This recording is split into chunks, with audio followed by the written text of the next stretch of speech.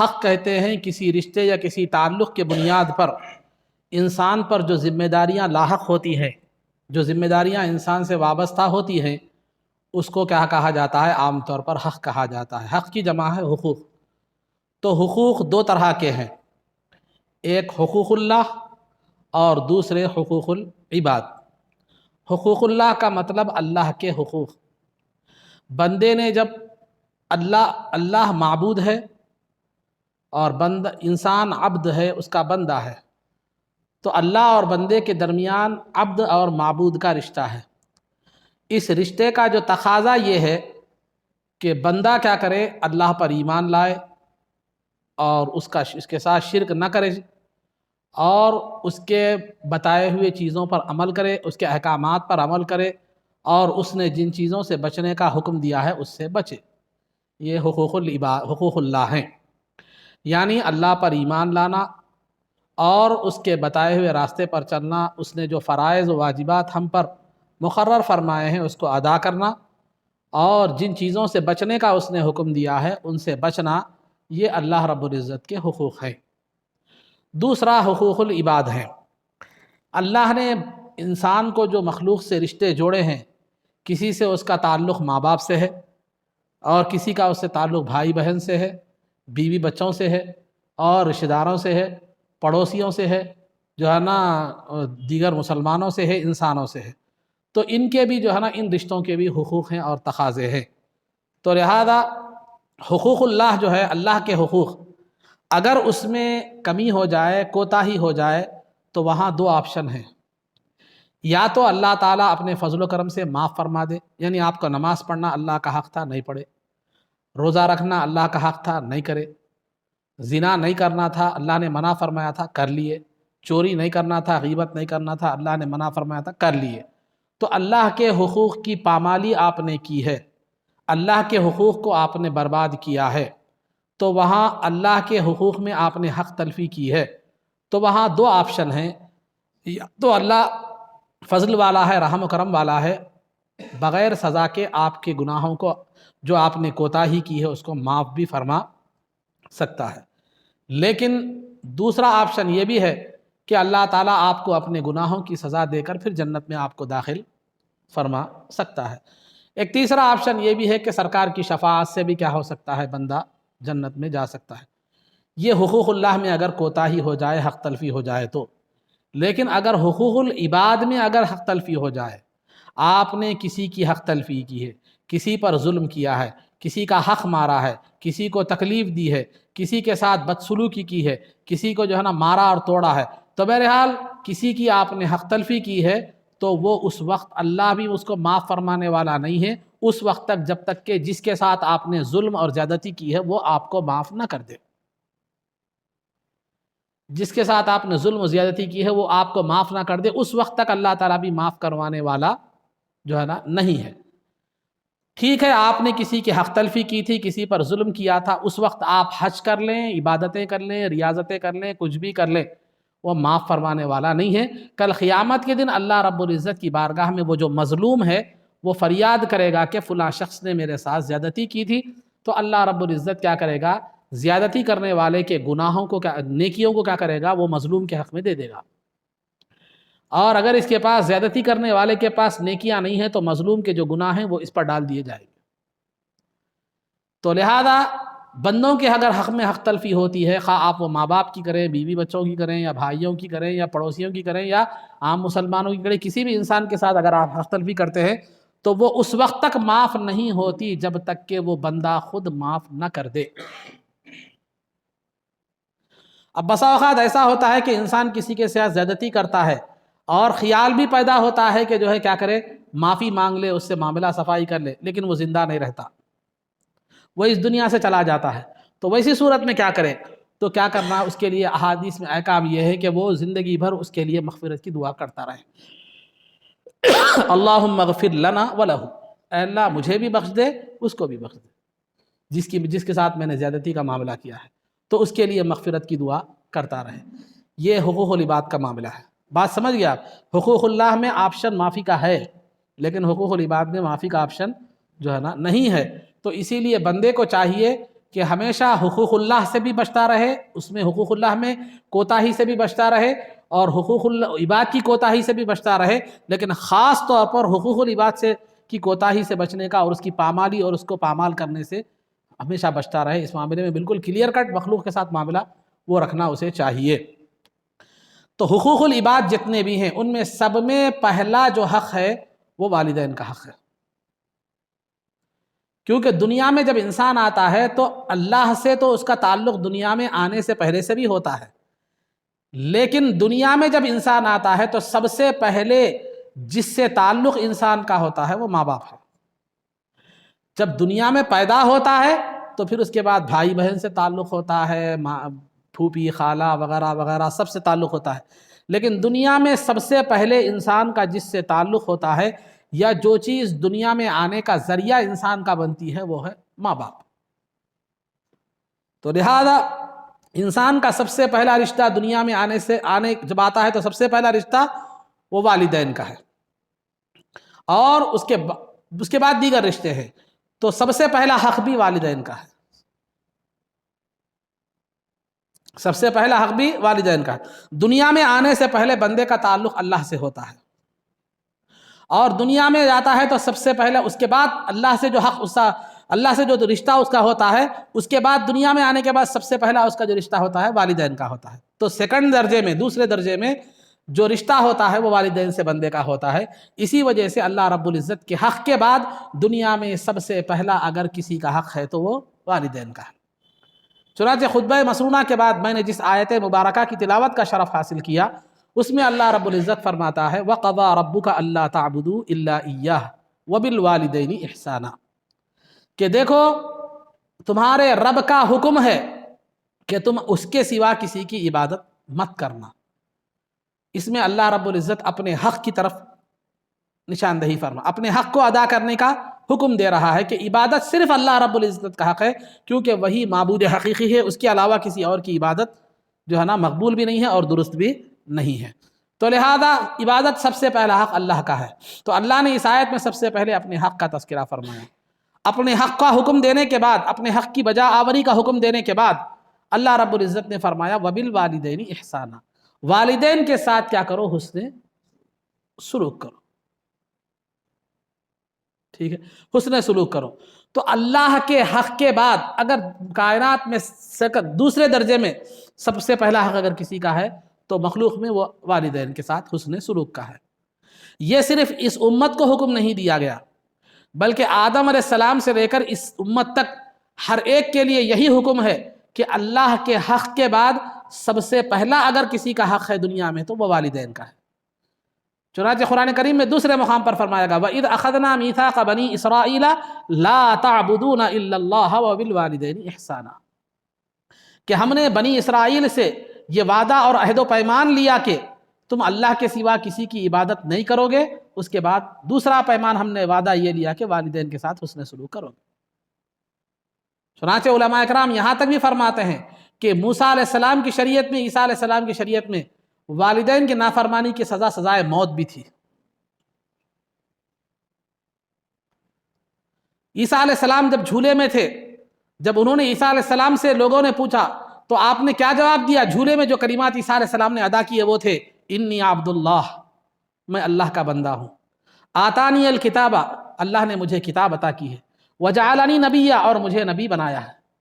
وجعلنی مبارکن anima کنت، میں جہاں کہیں بھی رہوں مجھے بابرکت بنایا ہے، واوصانی بالصلاۃ والزکاۃ ما دمت حیا وبرا بوالدتی، اور اللہ نے مجھے نماز اور زکوٰۃ کا حکم دیا ہے اور والدین کی فرما برداری کا حکم دیا ہے۔ تو نماز اور زکوٰۃ جو اللہ کا حق ہے، اس کے بعد جو دوسرا حق جو ہے وہ والدین کے ساتھ حسن سلوک ہے۔ تو خلاصہ گفتگو یہ ہے کہ ساری امتوں میں، تمام امتوں میں اللہ کے حق کے بعد مخلوق میں اگر سب سے پہلا کسی کا حق ہے تو وہ والدین کا حق ہے۔ اور والدین کے تعلق سے یہ نہیں کہا گیا کہ والدین متقی ہوں، پرہیزگار ہوں، جوان ہوں، بوڑھے ہوں یا کیسے بھی ہوں، کہ متقی ہوں تو خدمت کرو، متقی نہیں ہے، پرہیزگار نہیں ہے تو خدمت مت کرو، یا والدین عالم رہے تو خدمت کرو، جاہل رہے تو مت کرو، یا کچھ بھی ایسے کوئی قید نہیں، صحت مند رہے تو خدمت مت کرو، بیمار ہوئے تو خدمت کرو، نہیں، بلکہ مطلق کہا گیا کہ والدین کیسے بھی ہوں، کسی بھی درجے میں ہوں، وہ اولاد کو اس کے ساتھ حسن سلوک کرنا چاہیے۔ بلکہ یہاں تک بھی کہا گیا ہے کہ والدین اگر کافر و مشرک ہوں، اولاد مسلمان ہو، والدین کافر و مشرک ہو، اس وقت بھی اولاد کو والدین کی خدمت کرنا چاہیے۔ اگر وہ والدین اولاد کو کفر و شرک کا حکم دیتے ہیں تو پھر وہ بجا لانے کی ضرورت نہیں ہے، لیکن جہاں تک دنیا کے معاملے میں ان کے ساتھ خدمت کا معاملہ ہے، حسن سلوک کا معاملہ ہے، قرآن کہتا ہے وَصَاحِبْهُمَا فِي الدُّنْيَا مَعْرُوفًا، کہ والدین اگر مشرک بھی ہوں، اگر وہ شرک کا حکم دیتے ہو تو شرک مت کرو، لیکن جو ہے نا دنیا کے معاملے میں ان کے ساتھ حسن سلوک برابر جاری رکھو۔ اور والدین مسلمان بھی ہیں، لیکن اگر خلاف شریعت کسی بات کا حکم دیتے ہیں تو شریعت کے خلاف عمل کرنے کی ضرورت نہیں ہے، لیکن دنیا کے معاملے میں ان کے ساتھ حسن سلوک کرنا چاہیے، اور ان کی بات کا آپ نہیں مان رہے ہیں تو بھی شریعت کے خلاف تو اگر حکم دے رہے تو بات نہیں ماننا ہے، لیکن اس صورت میں بھی ان کو انکار بھی کرنا ہے تو ایک اچھے انداز میں حسن سلوک کے ساتھ یہ کرنا ہے۔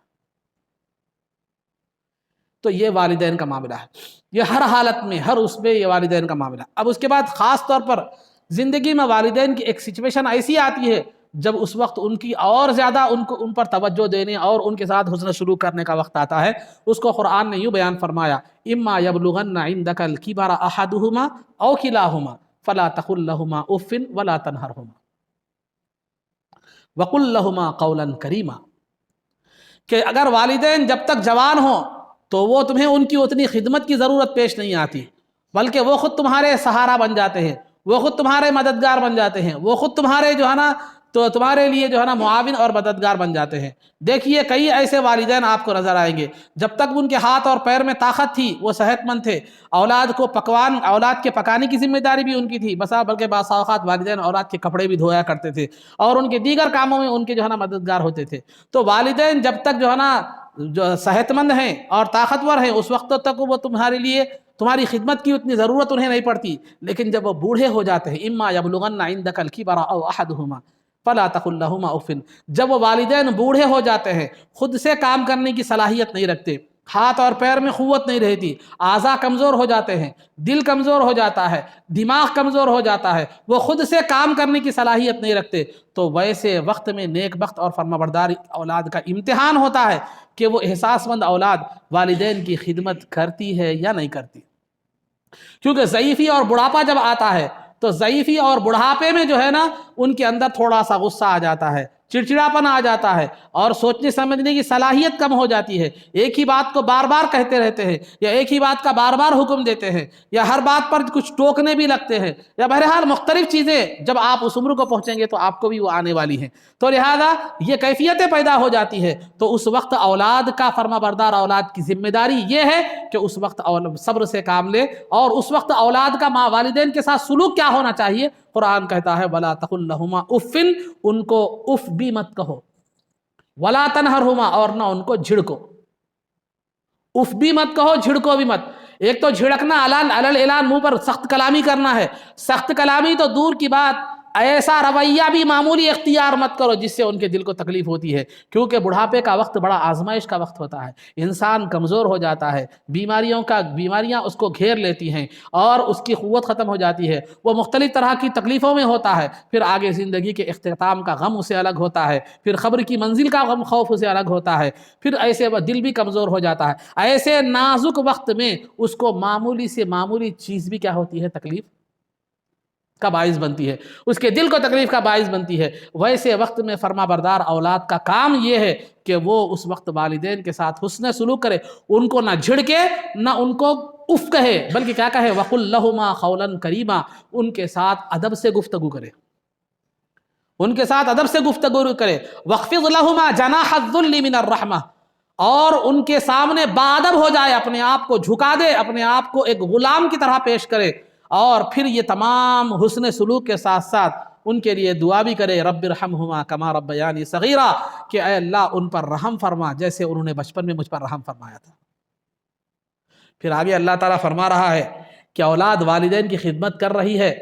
تو والدین کے پاس جائیداد بہت ہے، بابا کا وظیفہ آتا یا جو ہے نا پینشن کا وہ آتا، دولت کی وجہ سے کر رہی، جائیداد کی وجہ سے کر رہی، یا ماں باپ کی محبت کی وجہ سے کر رہی، کس وجہ سے کر رہی ہے؟ وہ بتانے کے لیے اللہ فرما ربکم اعلم بما فی نفوسکم، تمہارے دلوں میں خدمت کے وقت جو نیت ہے، جو ارادہ ہے، وہ اللہ جانتا ہے۔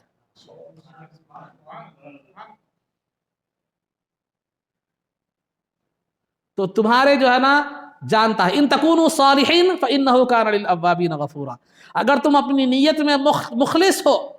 والدین کی خدمت اخلاص کے ساتھ کرتے ہو، کوئی دنیا، کوئی اغراض دنیا، کوئی فائدہ مقصود نہ ہو، بلکہ یہ میرے والدین ہیں وہ خدمت کرتے ہو، تو پھر اخلاص کے ساتھ خدمت کرتے ہو، تو اللہ تعالیٰ کی مغفرت تم پر نشاور ہوں گے، اللہ تعالیٰ اپنی مغفرت تم پر نازل فرماتا ہے اور تمہیں بخش دیتا ہے۔ تو والدین کی خدمت کی کرنا ہے تو بھی وہ کسی دولت کی لالچ میں یا وراثت کی لالچ میں یا کسی اور چیز کی لالچ میں نہیں ہونا چاہیے، بلکہ خدمت اخلاص اور محبت کے ساتھ ہونی چاہیے۔ اب والدین کی خدمت عام طور پر بڑھاپے میں جب والدین کی خدمت کرنا، تو یہ تو وہ اہم وقت آپ کے امتحان کا اور آپ کی خدمت کا اہم وقت وہ ہوتا ہے جب والدین کمزور پڑ جائے۔ ویسے وقت میں آپ کی ظاہر سی بات ہے، فطرت انسانی کی طور پر وہ بار بار کسی بات کا حکم دے، یا بار بار کسی بات پر چھڑ جائے، یا بار بار کوئی کچھ جو ہے نا آپ کو یہ کرے، تو ویسے وقت میں آپ کے لیے جو ہے نا سہارا، جو مددگار جو چیز ثابت ہوگی، وہ تصور ہوگا جو بچپن میں آپ تھے۔ جب بھی والدین آپ کو بار بار کسی کام کرنے کا حکم دے، جس سے بار بار رات میں اٹھا کر پانی مانگے یا کچھ بھی مانگے یا کچھ بھی جو ہے نا آپ سے خدمت کا مطالبہ کرے، تو اپنے بچپن کو یاد کیجئے کہ ایک وقت ایسا بھی تھا کہ میں بھی اٹھ نہیں سکتا تھا، میں بھی بول نہیں سکتا تھا، مجھے بھوک لگتی تو میں اس کو زبان سے بول نہیں سکتا تھا، اٹھ کر پانی نہیں لے سکتا تھا، اپنی ضروریات کی تکمیل نہیں کر سکتا تھا، لیکن یہی وہ ماں باپ ہیں جو میری خاطر رات بھر جاگتے تھے، میری راحت کی خاطر اپنی راحت کو قربان کرتے تھے، اور اگر میں گندگی کرتا تو اس کو بلا کراہت کے اسے صاف کر دیا کرتے تھے، اور اگر میں روتا تو دودھ پلایا کرتے تھے، اگر میں ذرا سا بے چین ہو جاتا تو وہ بے قرار ہو جاتے تھے۔ وہ ماں جو رات بھر میری راحت کے لیے جاگتی تھی، وہ باپ جو رات بھر میری راحت کے لیے جاگتا تھا، پھر صبح میں مجھے پالنے کے لیے نوکری کو جایا کرتا تھا، اور وہ ماں 2 سال تک دودھ پلانے تک پرہیز میری خاطر کیا کرتی تھی کہ اگر وہ کوئی دوسری ایسی ویسی چیز کھا لے تو دودھ پی کر میں بیمار نہ ہو جاؤں، اسی لیے ماں اپنے پر خود تو بیمار نہیں تھی لیکن میری خاطر پرہیز کیا کرتی تھی۔ یہ احساسات اگر ہمارے دل میں ہوں اس وقت آخری عمر میں، تو یہ احساس ہمارے لیے ماں باپ کی خدمت میں مددگار ثابت ہوگا۔ ایک وقت ہم بھی ایسے تھے، لیکن ان ماں باپ نے بلا کراہیت کے، بغیر اف کیے کہ خوشی سے ہر چیز کو ہمارے لیے قربان کر دیا، تو آج ہمارا وقت وہ ہے، تو ہماری آزمائش کا وقت یہ ہے، ہم اس احساس کے ساتھ والدین کی خدمت کرنا چاہیے۔ ایک واقعہ بتاتا چلوں کہ ایک ماں ہے، ایک ماں تھی، ماں نے کہا بیٹا ماں کے پاس بیٹھا ہوا تھا، ماں ضعیف ہو گئی، بوڑھی ہو گئی، تو بیٹا ماں کے پاس بیٹھا ہوا تھا، تو جو ہے ماں نے کیا کیا، بار بار جو ہے بیٹے سے کہا بیٹا مجھے کوئی قسم کی آواز آ رہی ہے۔ یہ واقعے کی طرف آپ مت جائیے، حقیقت اس کی جو ہے وہ اس کو آپ پیش نظر رکھیے۔ تو واقعہ کیا ہے، ماں نے کہا بیٹا مجھے آواز آ رہی ہے، کہ آواز کسی قسم کی آواز، تو بیٹے نے کہا نہیں جو ہے نا حقیقت میں کوئی آواز نہیں آ رہی تھی۔ ماں نے کہا بیٹے کا امتحان لینا مقصود تھا یا ضعیفی کی وجہ سے کچھ ایسا سنائی دے رہا تھا؟ تو ماں نے کہا بیٹا کچھ آواز آ رہی ہے، مجھے کچھ آواز سنائی دے رہی ہے۔ تو بیٹے نے کہا نہیں اماں جان کوئی آواز نہیں آ رہی۔ ماں نے پھر کہا بیٹا دوبارہ پھر آواز آ رہی ہے۔ بیٹے نے کہا نہیں کچھ نہیں آ رہی ہے۔ تیسری مرتبہ ماں نے کہا کہ بیٹا پھر مجھے کوئی آواز سنائی دے رہی ہے۔ نہیں یہ آپ کا وہم ہے، آپ کا خیال ہے، آپ جو ہے نا یہ کیجیے۔ چوتھی مرتبہ ماں نے پھر کہا کہ بیٹا آواز آ رہی ہے۔ تو بیٹے نے کہا کہ جو ہے نا یا تو آپ کے کان خراب ہو گئے یا تو آپ کا دماغ خراب ہو گیا۔ چڑ کر بیٹے نے کہا، کہتے ہی ماں نے کہا بیٹا بچپن میں ایک وقت ایسا بھی تھا کہ تو نے مجھے 70 مرتبہ ایک ہی چیز کے تعلق سے سوال کیا تھا، لیکن ہر مرتبہ میں بوسہ لیتے جاتی تھی، خوشی سے جواب دیتی جاتی تھی۔ آج میں نے 7 مرتبہ بھی تیرے ساتھ سوال نہیں کیا تو بیزار ہو گیا؟ میں نے 7 مرتبہ بھی نہیں پوچھا ایک چیز کے تعلق سے تو بیزار ہو گیا؟ میں نے 70 مرتبہ ایسے کئی مرتبہ تو بچپن میں ہر چیز ایک ہی چیز کے متعلق کئی مرتبہ سوال کرتا تھا، لیکن میں خندہ پیشانی کے ساتھ مسکراتے ہوئے ہر مرتبہ پورے پیار اور محبت بوسہ لے کر تجھے جواب دیا کرتی تھی۔ کیا وہ وقت ختم ہو گیا؟ کیا تجھے وہ وقت یاد نہیں ہے؟ تو یہ احساس ہمارے اندر پیدا کرنے کی ضرورت ہے۔ والدین کا وجود انسان کے لیے بہت بڑی نعمت ہے، یاد رکھیے۔ والدین کی فرما برداری دنیا و آخرت میں سعادت مندی کی دلیل ہے۔ والدین کی فرما برداری سے زندگی میں خیر و برکت آتی ہے اور دنیا بھی بنتی ہے، آخرت بھی بنتی ہے۔ والدین کی خدمت سے کراہت محسوس مت کیجئے، بلکہ یہ سوچئے کہ ایک وقت ایسا بھی تھا جو میں اس سچویشن میں تھا تو میری والدین نے بغیر کسی کراہت کے میری خدمت کی تھی۔ حضرت کہمش رحمۃ اللہ علیہ جو ہے نا ایک بزرگ تھے، وہ اپنی والدہ بیمار ہو گئی تھی، تو جب وہ گندگی کرتی مطلب ضرورت سے فارغ ہوتی تو ان کی گندگی جو تھی وہ اپنے ہاتھ سے صاف کیا کرتے تھے۔ تو ان کے دوست وغیرہ تھے سلیمان بن علی، انہوں نے کیا کیا، ایک پیسے کی تھیلی دے کر بھیجی کہمش رحمۃ اللہ علیہ کے پاس، جائیے جا کر یہ تھیلی آپ رکھ لیجئے، والدہ کی خدمت اور ان کی گندگی کی صفائی کے لیے کیا کیجئے، خادمہ کو مقرر کر لیجئے تاکہ وہ آپ کی والدہ کی گندگی صاف کرے، آپ کیوں ہاتھ سے صاف کر رہے ہیں؟ تو بڑا پیارا جواب کہمش رحمۃ اللہ علیہ نے دیا، میری والدہ جس وقت میں بچپن میں گندگی کرتا تھا، ضرورت سے فارغ ہوتا تھا، تو اس کی صفائی کے لیے میری والدہ نے خادمہ نہیں رکھی تھی، وہ خود اپنے ہاتھ سے کرتی تھی، تو آج بھی میں اس کے لیے اب کوئی خادمہ نہیں رکھوں گا، میں اپنے ہاتھ سے اس کی صفائی کروں گا۔ تو والدین، حضرت بایزید بستامی رحمۃ اللہ تعالی علیہ فرماتے ہیں، میں نے عبادات و ریاضات اور جو نوافل، جو جد و جہد، جو مجاہدات میں نے کیے، ان سے اس مقام تک نہیں پہنچا جو والدین کی خدمت سے میں نے اور دعاؤں سے پہنچا ہے۔ ایک مرتبہ بایزید بستامی رحمۃ اللہ تعالی علیہ کی والدہ نے کہا کہ بیٹا پانی دو، تو سردی کا موسم تھا، مٹی کے گھڑے ہوتے تھے، گلاس وغیرہ بھی مٹی کے تھے، تو والدین پانی لانے تک والدہ سو گئی۔ سخت سردی کا موسم تھا، بایزید بستامی رحمۃ اللہ علیہ ہتھیلی میں پیالہ لیے رات بھر کھڑے رہے، مگر والدہ کو جگانا بھی پسند نہیں کیا اور پھر خود جا کر سونا بھی پسند نہیں کیا۔ صبح اٹھی تو والدہ نے کہا کہ بیٹا چاہتا تو مجھے جگا دیتا یا پیالہ جو ہے نا بازو میں رکھ کر سو جاتا، تو نے ایسا کیوں کیا؟ تو کہا میں آپ کو جگانا بھی مناسب نہیں سمجھا اور آپ سے بے رغبت ہو کر آرام سے بے توجہی کے ساتھ سونا بھی گوارا نہیں کیا۔ ایک دوسری مرتبہ جو ہے نا ایک واقعہ ہے، والدہ نے کہا کہ مجھے بیٹا گھر کا ایک دروازہ کھول دو، تو حضرت بایزید بستامی رحمۃ اللہ علیہ دروازے کے پاس گئے تو یہ سوچنے پر لگے، والدہ سو گئی حکم دے کر، تو بایزید بستامی رحمۃ اللہ علیہ نے سوچا کہ والدہ نے کون سا دروازہ کھولنے کا حکم دیا تھا، کیا سیدھی جانب کا یا بائیں جانب کا؟ پوچھنے کے لیے جب گئے تو والدہ سو چکی تھی، رات بھر دروازے کے پاس کھڑے رہے کہ آخر والدہ کے حکم کی تعمیل میں کون سا دروازہ کھولا جائے۔ جب والدہ صبح میں بیدار ہوئی اور دریافت کیا، ماجرا سنایا، تو والدہ کی منہ سے دعائیں نکلی۔ تو بایزید بستامی رحمۃ اللہ علیہ اولیاء میں ایک کمال درجے کا مقام رکھنے والی حیثیت فرماتے ہیں، میں نے بہت سے مجاہدات اور ریاضات کیے، ان سے بھی مجھے مقامات ملے، لیکن والدہ کی خدمت سے جو مجھے مقامات ملے وہ ان سے مجھے نہیں مل سکے۔ تو ماؤں کی اور والدین کی دعاؤں سے زندگیاں بدل جاتی ہیں، دنیا آخرت میں ثواب وہ تو ملتا ہی ملتا ہے، لیکن انسان کی زندگی میں جو ہے نا زندگی بھی اس کی بدل جاتی ہے،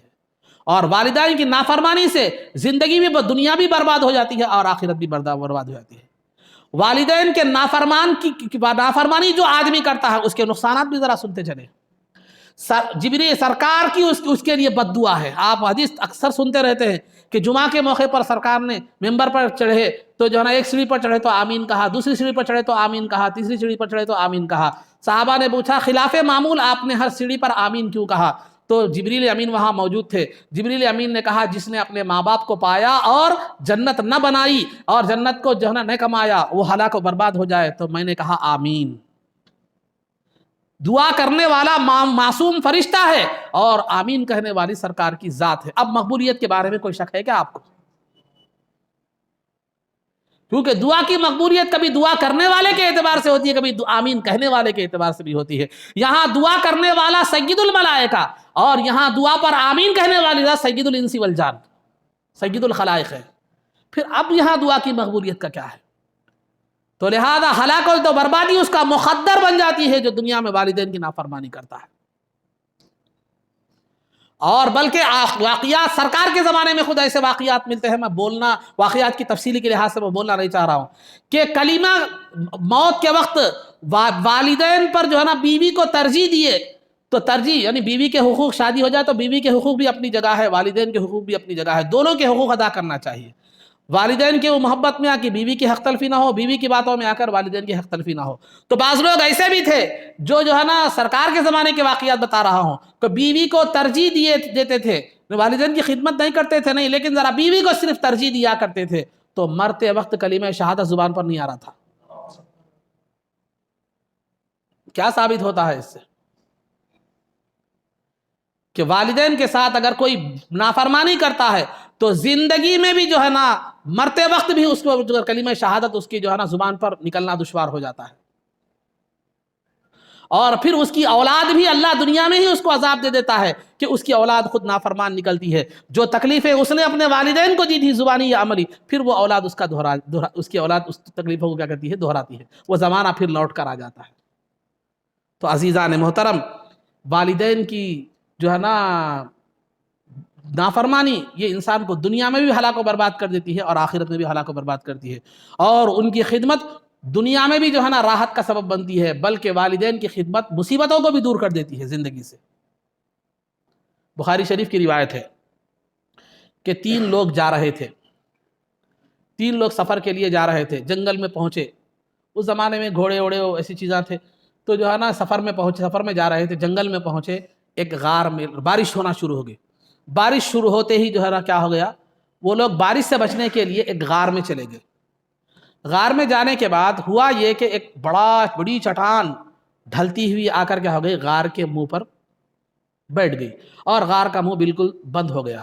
اب اس زمانے میں کوئی ایسا مواصلاتی نظام تو نہیں تھا کہ سیل فون کر کے بلائے، یا جو ہے نا کسی کو ایمرجنسی کسی سروس کو آپ مدد لیں، ویسا کچھ بھی نہیں تھا. اور وہ چٹان بھی اتنی وزنی تھی کہ اس کو ہٹانا بھی تینوں کے بس کی بات نہیں تھی. اور وہاں جنگل ایسا تھا کہ وہاں کسی کی مدد کو پکار بھی نہیں سکتے تھے. تو جب ظاہری اسباب ختم ہو گئے تو اب ایک ہی سبب جو ہر وقت باقی رہتا ہے وہ اللہ کی ذات ہے. تمام دنیا کے اسباب ختم ہو سکتے ہیں لیکن وہ سبب کبھی بھی ختم نہیں ہو سکتا. یاد رکھو زندگی میں اسباب کو اختیار کرو، بھروسہ مت کرو، بھروسہ مسبب پر کرو، کیونکہ یہ اسباب ختم ہو سکتے ہیں، یہ ذرائع ختم ہو سکتے ہیں، یہ جو تمام وسیلے ختم ہو سکتے ہیں، لیکن خدا کی ذات اور اس کا وسیلہ کبھی ختم نہیں ہو سکتا. آپ جتنا یقین رکھیں گے، آپ کے یقین کا درجہ اگر کامل ہو جائے تو اللہ آپ کو اسباب سے بھی بے نیاز کر دے گا. ادھر ارادہ ہو جائے گا، ادھر کامیابی آپ کے مقدر بن جائے گی. وہ مقام مقربین کا ہے، ایک الگ بات ہے وہ. لیکن عزیزان محترم، تمام ظاہری اسباب ختم ہو گئے تھے. اب زندگی کے کوئی آثار نمودار نظر نہیں آ رہے تھے، صرف موت ہی ایک نظر آ رہی تھی، کیونکہ غار ہی ان کی خبر بننے والی تھی. ویسے وقت میں تینوں کے ذہنوں میں ایک بات آئی، یہ ذہن میں یہ بات ڈالنا بھی اللہ رب العزت کا کرم ہے.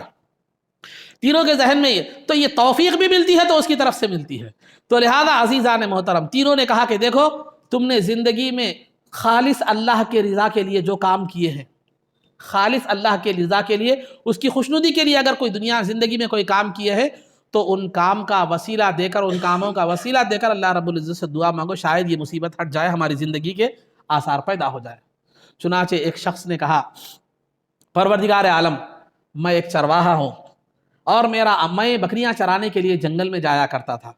جب جنگل میں گیا دور، جب بھی جنگل کو جاتا، روزانہ کا میرا معمول تھا کہ میں جب بکریاں چرا کر شام میں آتا، یہ بخاری کی روایت ہے کہ بکریاں چرا کر شام میں آتا تھا تو دودھ نتھارتا تھا بکریوں کا. سب سے پہلے والدین کو دودھ پلاتا تھا، اس کے بعد بیوی بچوں کو دودھ پلاتا تھا. ایک مرتبہ کا واقعہ ایسا ہوا کہ وَنَعَا بِي الشَّجَرُ، کہ مجھ سے درخت دور ہو گئے. یعنی مطلب یہ ہے کہ مجھے چارہ قریب میں نہیں ملا بکریوں کو، میں چراتے چراتے بڑی دور نکل گیا تو واپس آنے میں مجھے دیر ہو گئی، رات ہو گئی. آنے تک والدین کیا کیے، جب میں دودھ نتھارا، معمول کے مطابق دودھ کا برتن لے کر والدین کے پاس گیا تو والدین سو چکے تھے. تو میرا معمول تھا کہ پہلے والدین کو دودھ پلاتا تھا، اس کے بعد بیوی بچوں کو پلاتا تھا. تو میں والدین کے سرہانے وہ دودھ کا پیالہ لے کر کھڑا رہا، والدین کی نیند میں خلل ڈالنا بھی پسند نہیں کیا اور ان سے پہلے بیوی بچوں کو پلانا بھی پسند نہیں کیا. اسی طرح رات گزر گئی اور بیوی بچے جو ہے نا بھوک سے تڑپتے رہے، لیکن میں نے ان کو نہیں پلایا. اگر میرا یہ عمل، میں نے یہ کام صرف تیری رضا اور والدین کی محبت کے لیے کیا تھا، اگر میرا یہ عمل مقبول ہے تو اس مصیبت کو دور کر دے. تو قدرت کا کرنا یہ ہوا کہ چٹان تھوڑی سی ہٹ گئی. پھر دوسرے نے کہا ہے نا، دیکھ میری ایک جو ہے نا رشتے کی ایک بہن تھی، میں اس سے بدکاری اور گناہ کا ارادہ کرنا چاہتا تھا، میں اس سے زنا کا ارادہ کرنا چاہتا تھا، اور میں زنا کی طلب میں اس کے پیچھے پڑ گیا اور اس سے بار بار زنا کا مطالبہ کرنے لگا. تو جو ہے نا اس نے جو ہے نا جب زنا کا موقع میسر آ گیا، تفصیل ہے میں مختصر طور پر جا رہا ہوں. زنا کا موقع میسر آ گیا اور جو ہے نا جب زنا کے قریب ہو گیا میں وہ اس کو پسند نہیں کر رہی تھی لیکن وہ مجبوراً جو ہے نا وہ مجھ سے راضی ہوئی تھی تو لہذا وہ زنا کے قریب جب میں ہوا تو اس خاتون نے اس لڑکی نے کہا اتق اللہ ولا تفتح خاتم کہ جو ہے نا اللہ سے ڈر میرے کنوارے پن کو ضائع مت کر زنا سے ڈر اور اللہ سے ڈر. اگر مخلوق کوئی بھی نہیں دیکھ رہی ہے تو کیا ہوا اللہ رب العزت سے دیکھ رہا ہے. تو یہ تصور آنا تھا خدا کے تصور سے خدا کے دیکھنے کے تصور سے میں زنا سے بچ گیا ہر دور ہٹ گیا اور اس برے ارادے سے میں اب تائب ہو گیا. اے اللہ اگر میرا یہ عمل تیری بارگاہ میں مقبول ہے تو اس مصیبت کو دور کر دے. تو چٹان اور تھوڑا ہٹ گئی. اور اس کے بعد جو ہے تیسرا شخص کہا کہ اے اللہ میں نے ایک آدمی کو مزدوری پر لیا تھا اجرت پر ایک مزدور کو لایا تھا اس نے مزدوری کی جب مزدوری دینے کا وقت آیا تو وہ مزدوری چھوڑ کر چلا گیا تو میں نے اس کی مزدوری کو بطور امانت کے رکھا اپنے پاس اور اس کو بڑھایا کاروبار میں لگایا. اس سے کئی جو ہے نا جانور بنے کئی بھیڑیں کئی بکریاں کئی جو ہے نا ایک بڑا سا جو ہے نا بکریوں کا گلہ بن گیا اور اس چرواہے میں نے اس سے بنائے اور فلاں بہت بزنس میں لگا کر اس کو بہت زیادہ میں بڑھایا. ایک مرتبہ وہ مزدور کئی دنوں کے بعد میرے پاس آیا اور کہا اتق اللہ سے ڈر میری مزدوری مجھے دے دے.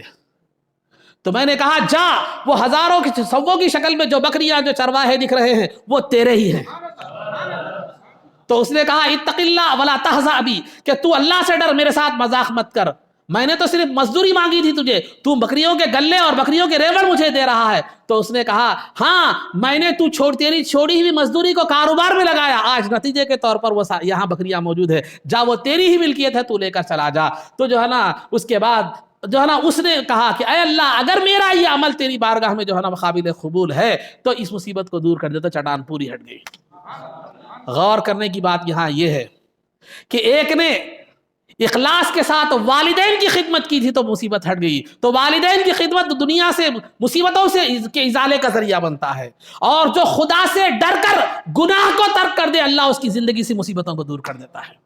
اور تیسرا جو خدا سے ڈر کر مخلوق کے ساتھ انصافی کرے حق تلفی نہ کرے اللہ رب العزت اس کو بھی مصیبت سے دور کر دیتا ہے.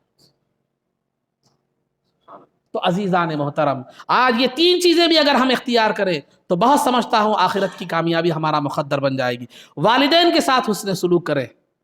اللہ کی رضا اور اس کی خوشنودی کے لیے. دوسرا گناہ کا کام زنا ہو یا کوئی بھی گناہ کا کام ہو اس تصور کے ساتھ ترک کر دیں کہ اللہ رب العزت مجھے دیکھ رہا ہے. امید ہے اللہ زندگی سے بھی مصیبتیں دور کر دے گا آخرت میں بھی جو ہے نا وہ راحت پہنچائے گا. اور تیسرا کسی کے بھی حق کا معاملہ آ جائے تو اس تصور کے ساتھ کہ اللہ رب العزت کو جواب دینا ہے اس کی حق تلفی کرنے پر اللہ کی بارگاہ میں مجھے اس کا سامنا کرنا ہے. یہ تصور کے ساتھ اگر کوئی آدمی چھوڑ دے تو اللہ رب العزت دنیا میں اس کا نعم البدل بھی عطا فرمائے گا اور پھر اللہ رب العزت اس کی زندگی سے مصیبتوں کو دور کر دے گا. اگر آج یہ تین چیزیں بھی اگر ہم اپنا لیں تو ہماری زندگی میں اور آخرت میں بہترین کامیابی کا مقدر ہمارا بن جائے گی. دنیا و آخرت میں کامیابی ہمارا مقدر بن جائے گی. تو الغرض عزیزان محترم تو والدین ایک جو ہے نا بہت بڑی نعمت ہے. سرکار سے پوچھا گیا کہ والدین کا حق کیا ہے والدین کا حق کیا ہے تو سرکار نے فرمایا ہما جنتک و نارک وہ دونوں تیری جنت اور تیرے دوزخ ہے. تو والدین گھر میں ہیں تو سمجھو وہ تمہاری جنت بھی ہے تمہاری دوزخ بھی ہے. اب ان کو جنت بنانا یا دوزخ بنانا تمہارے ذمہ ہے. ان کی خدمت کرتے ہیں تو سمجھو سعادت مند اولاد کے لیے والدین جنت ہے آپ کے گھر میں جنت موجود ہے اور اگر نافرمان اولاد ہے تو سمجھو اس کے لیے دوزخ گھر میں موجود ہے کیونکہ وہ ان کی نافرمانی کر کے جو ہے نا دوزخ میں چلا جاتا ہے. ماؤں کے قدموں کے نیچے جنت ہے کیا مطلب ہے کہ ماں کے قدم کے نیچے زمین کھودی جائے تو کہ جنت نکلے گی؟ اس کا مطلب کیا ہے؟ قدم سے مراد خدمت ہے. ماں کی خدمت جنت میں داخل ہونے کا بہترین ذریعہ ہے. اور جنت باپ جنت کے دروازوں میں سے درمیانی دروازہ ہے. کیا مطلب ہے کہ جو ہے کوئی بھی چیز کوئی کامپلیکس ہو یا کوئی عمارت ہو یا کوئی بلڈنگ ہو اس کے سب انٹرنس بھی ہوتے ہیں مین انٹرنس بھی ہوتا ہے. تو عام طور پر جو آدمی جو جاتے ہیں داخل ہوتے ہیں مین انٹرنس سے داخل ہوتے ہیں. تو داخلے کا اہم ذریعہ کیا ہوتا ہے؟ وہ مین انٹرنس ہوتا ہے. تو باپ جنت کے دروازوں میں سے درمیانی دروازہ ہے کا مطلب یہ ہے کہ جنت میں داخل ہونے کا بہترین سب سے بہترین راستہ باپ کی خدمت ہے. آپ دنیا میں سب کو راضی رکھیں لیکن والدین کو راضی نہ رکھیں تو آپ کا کوئی فائدہ نہیں. سب سے ناراض دنیا جو ہے نا کوئی والدین کو اگر آپ راضی رکھ لیں تو بڑے کامیاب لوگ ہیں آپ. تو لہذا عزیزان محترم، والدین بہت بڑی نعمت ہے. ہم جوانی کے جوش میں یا بیوی کی محبت میں، یہاں تک بھی آیا ہے کہ بیوی کی محبت میں اگر کوئی اولاد کی نافرمانی کرتا ہے تو سرکار نے فرمایا اس پر اللہ کی، فرشتوں کی اور تمام لوگوں کی لعنت ہوتی ہے. وہ لعنتی زندگی گزارتا ہے. بیوی کو ترجیح دے کر ماں باپ کی نافرمانی کرتا ہے. تو آپ کو ماں باپ کی بھی خدمت کرنا ہے، بیوی کی بھی جو ہے نا کہ حقوق بھی ادا کرنا ہے، دونوں کو بھی لے کر چلنا ہے. یہی انسان کی ایک کامیاب انسان کا امتحان ہے زندگی میں. جب تک والدین گھٹ ہوتے ہیں، امی امی بول کے لاڑا کرنا، پیسے لے لینا، یا امی کے ذریعے سے ابو کو پیسے وصول کر لینا. یہ ہمارے پاس کیسے رہتے ہیں؟ امی امی بول کے امی سے پیسے وصول کر لیتے ہیں. ہم امی کے پاس پیسے نہیں مل رہے، اپنا کوئی کام ابو سے نکالنا ہے تو امی کو وسیلہ بنا کے ابو کو نکال لیتے. تو یہ جو محبت، یہ جو گھل ملنا، یہ لاڑا پیار کی باتیں، یہ سب جو ہے نا کب تک کرتے ہیں ہم لوگ؟ جب تک والدین جو ہے نا اچھے گھٹ ہوں اور صحت ہاتھ پیروں میں دم ہو، جب تک ان سے فائدے کی امید ہے. لیکن جب وہ بیمار ہو جاتے ہیں، کمزور ہو جاتے ہیں، جب ان سے ذاتی فائدے کی امید نہیں ہوتی، دنیاوی فائدے کی، تو ہمیں وہ بوجھ نہ لگنے لگتے ہیں. ہمیں وہ جو ہے نا ان کی خدمت ہمیں بوجھ لگنے لگتی ہے اور ہمیں ان کی خدمت سے چڑ آنے لگتی ہے. یاد رکھو، جب تک وہ صحت مند تھے وہ تمہارا دنیاوی فائدے کا بھی مرکز تھے، اخروی فائدے کا بھی مرکز تھے. لیکن جب وہ بیمار ہو گئے تو وہ تمہاری دنیاوی سرخروئی کا بھی مرکز ہے اور آخرت کی سرخروئی کا بھی مرکز ہے. یہ تصور ہمیں ذہن میں رکھنے کی ضرورت ہے. تو الغرض عزیزان محترم، تو اولاد پر والدین کے حقوق کیا ہے کہ ان کی خدمت کریں، ان کو اف تک نہ کہیں اور ان کے ساتھ باادب رہیں، اور زندگی میں بھی ان کے لیے دعا کریں. وقر رب ارحمہما کما ربیانی صغیرا. اے اللہ، جس طرح بچپن میں انہوں نے میری عاجزی اور کمزوری کے لحاظ کو مد نظر رکھتے ہوئے جو ہے نا ان پر رحم کیا تھا، اے اللہ آج انہوں نے، میرے ماں باپ نے مجھ پر جیسے رحم بچپن میں کیا تھا، آج تو ان کے ساتھ رحم کا معاملہ فرما، دنیا و آخرت میں ان کے ساتھ رحم کا معاملہ فرما. یہ دعا بھی کرنا ہے. تو زندگی میں جب تک والدین باحیات ہیں تو والدین جب تک باحیات ہیں ان کی خدمت اور ان کے لیے دعا کرنا ہے. جب وہ اس دنیا سے پردہ فرما جائیں، والدہ اگر پردہ فرما جائے تو ہمیشہ ان کے لیے ایصال ثواب، نیک کام، ان کی طرف سے ان کے لیے خیر خیرات، ان کے لیے دعائے مغفرت کرتے رہنا ہے. اور والدہ کی زندگی کے بعد خالوں کے ساتھ حسن سلوک کرنا ہے، کیونکہ الخالۃ بمنزلۃ الام کہا گیا ہے. خالہ ماں کے مرتبے میں ہے. ترمذی کی ایک روایت میں ہے کہ ایک صحابی نے آ کر عرض کیا کہ یا رسول اللہ صلی اللہ علیہ وسلم، میری ماں سے میری کیا ہو گئی معلوم ہے، کچھ ماں کی صحیح طور پر میں خدمت نہیں کر سکا، خدمت پورے طور پر نہیں کر سکا، اب والدہ کا انتقال ہو گیا ہے، تو بھائی میں اس کی تلافی کیسے کر سکوں؟ تو جو ہے نا سرکار نے فرمایا خالہ، کیا تمہاری خالہ موجود ہے؟ تو ہاں موجود ہے، جاؤ ان کی خدمت کرو. تو والدہ کی زندگی کے بعد خالوں کے ساتھ حسن سلوک کریں. ایک تو ان کے لیے دعائیں مغفرت کریں، ایصال ثواب کریں، قرآن پڑھ کر بخشیں، فلاں برحال جو بھی نیک کام ہو سکتے ہیں، آپ مالی اعتبار سے ہو، زبانی اعتبار سے ہو، جس حیثیت سے بھی جو ہے نا نیک کام کر سکتے ہیں وہ کریں، اور کر کے جو ہے نا ان کے لیے ایصال ثواب کریں. اور ایک بہترین میں نیک کام بتا رہا ہوں، بعد میں بتاؤں گا انشاءاللہ، تو یہ دونوں کا ذکر کرنے کے بعد بتاؤں گا. تو یہ کریں. اور والدہ کی جو سہیلیاں تھیں وہ سہیلیوں کے ساتھ بھی تم حسن سلوک کرو. اور یہ والدہ کے حقوق میں سے ہے. انتقال کے بعد والد صاحب کا انتقال ہو جاتا ہے تو ان کے انتقال کے بعد بھی ان کے ساتھ حسن سلوک کا طریقہ یہ ہے کہ جو ہے آپ ان کے لیے دعائیں مغفرت کریں اور ان کے لیے جو ہے نا ایصال ثواب کریں، کچھ پڑھ کر بخشیں، ان کے تعلق سے خیر خیرات کریں، ان کے حوالے سے، ان کے نام سے جو بھی کر سکتے ہیں کریں. اور والد صاحب کے جو دوست تھے یا والد صاحب کے تایا چچا وغیرہ جو بھی والد صاحب سے جن کا دوستانہ رشتہ ہے یا رشتہ داری ہے، ان کے ساتھ کیا کریں؟ حسن سلوک کریں. اور یہ بھی کہ ان کے قبر کی زیارت کریں. بیہقی کی روایت ہے کہ سرکار دو عالم صلی اللہ علیہ وسلم نے فرمایا من زار قبر ابویہ جو ہے نا یوم الجمعہ، جو آدمی جمعہ کے دن والدین کی قبر کی والدین یا ان میں سے کسی ایک کے قبر کی زیارت کرتا ہے تو وہ اللہ رب العزت کے پاس نیکوکار اور فرما بردار لکھا جاتا ہے. مگر جمعہ کے بعد سے مطلب جمعہ کے دن سے مطلب نماز سے پہلے نہیں، نماز کے بعد. بہت سے لوگوں کو میں دیکھا کہ ادھر خطبہ نماز کا وقت شروع ہو جاتا ہے، اذان کے بعد جو ہے نا قبرستان میں جاتے رہتے. نہیں، اذان شروع ہوتے پہلے جمعہ کی نماز پڑھ لینا ہے. جمعہ کی نماز کے بعد کیا ہے معلوم ہے، آپ زیارت کر لیں، یا اذان پہلے کرنا چاہتے ہو فجر کے بعد بھی کر سکتے ہیں، آپ 10-11 بجے بھی کر سکتے ہیں اس میں. لیکن جمعہ کی اذان ہونے کے بعد زیارت نہیں، زیارت جمعہ کی نماز کے بعد. اذان سے پہلے بھی آپ کیا کر سکتے ہیں، کرنا چاہے تو کر سکتے ہیں، کیونکہ اذان کے بعد حکم ہے کہ اذا نودی للصلاۃ من یوم الجمعۃ فاسعوا الی ذکر اللہ وذروا البیع، کہ جب نماز جمعہ کی اذان کہی جائے تو جو ہے نا آپ کیا کرو، اذان ہوتے ہی کاروبار کو بند کر کے کیا کرو، نماز کی طرف، نماز کی تیاری میں لگ جاؤ، اور نماز کی طرف کیا کرو، مسجد کی طرف، نماز کی طرف چلے جاؤ۔ تو لہٰذا ہر جمعہ کو کم از کم والدین کی زیارت کرنا ہے، لیکن عام طور پر ہم لوگ بقرعید رمضان 2 ٹائم جاتے ہیں یا شب برات میں، سمجھے، مگر ہر جمعہ کو کرنے سے نیکوکاروں میں اس کا شمار کھتا ہے۔ جائیے والدین کی زیارت کیجیے، ان کا ایثار ثواب کیجیے ان کے لیے، اور آپ آتے ہیں تو والدین وہ اہل قبر، یہ احادیث سے یہ بھی ثابت ہے کہ وہ اہل قبور اپنے آنے والے زیارت کرنے والے کو پہچانتے بھی ہیں اور اس سے مانوس بھی ہوتے ہیں۔ تو آپ اپنے والدین کی قبر کو جا رہے ہیں تو سمجھیے کہ وہ آپ کے آنے کو پہچان بھی رہے ہیں، آپ کے آنے کو، اور آپ سے مانوس بھی ہو رہے ہیں۔